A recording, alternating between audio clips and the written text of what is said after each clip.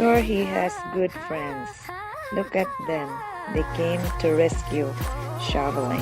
We have a snowstorm here in Minnesota, and we have at least right now like maybe 12 inches of snow, and I think there will be more to come this afternoon. But I'm so happy, and it's hard to believe that there's still good people out there or good friends out there to help out shoveling.